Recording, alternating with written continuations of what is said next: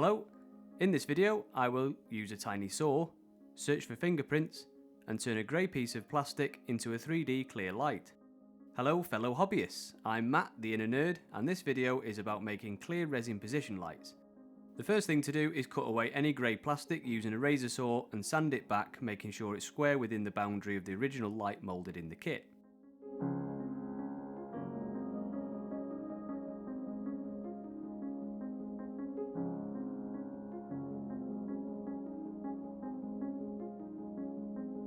With a section of clear sprue, I heated that up until it became soft and then stretched it out into a long thin strip.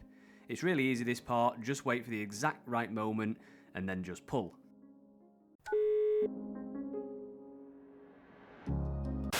Alright, this is the one I'll use on the telly. There we go, perfectly out of focus. I cut this at both ends so the thickness is uniform along the entire piece and then give that a measure for the hole I need to make. Make sure that you drill a hole in the right orientation so that the bulb sticks out in the correct part of the wing. It can either be parallel like this one on the Corsair or 90 degrees to that facing forwards. The hole doesn't need to be deep, maybe about 1mm, just enough to house the plastic we just cut. And the nice thing about making this with sprue is that we can use Tamiya Extra Thin glue.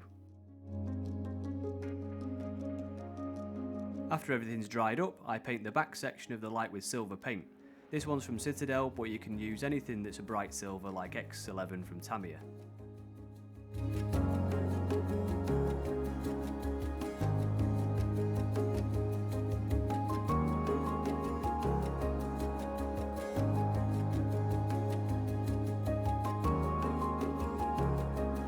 Next up was the bulb colour.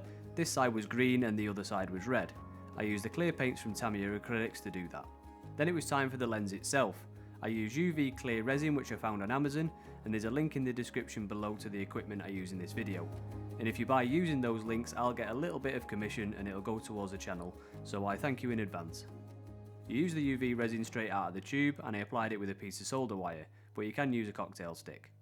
I applied a generous amount so that a blob would appear in the area I was trying to fill. You won't be able to fill the area in one pass, so it needs curing between layers, but because it dries completely clear you don't see the layer lines. It took 3 passes for me to fill the section, and I tried to overbuild it so that I completely filled the area that had been cut away.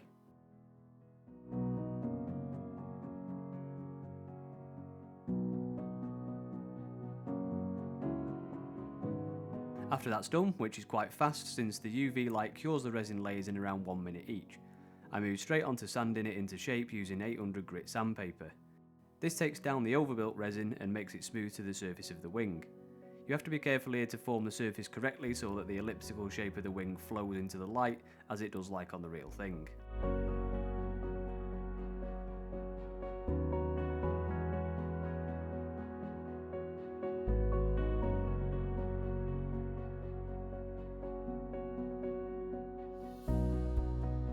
With the UV resin now sanded into shape, I buff it with 3000 grit sanding sponge.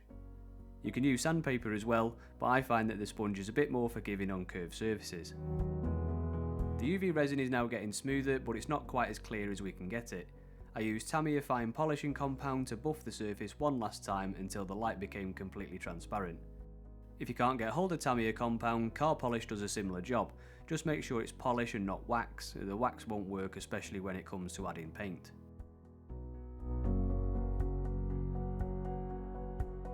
And with the final buffing done, the light was complete. A small detail this one, but it can definitely make your model pop. And I would say easier than trying to glue clear parts in place and then get them lined up and all that good stuff.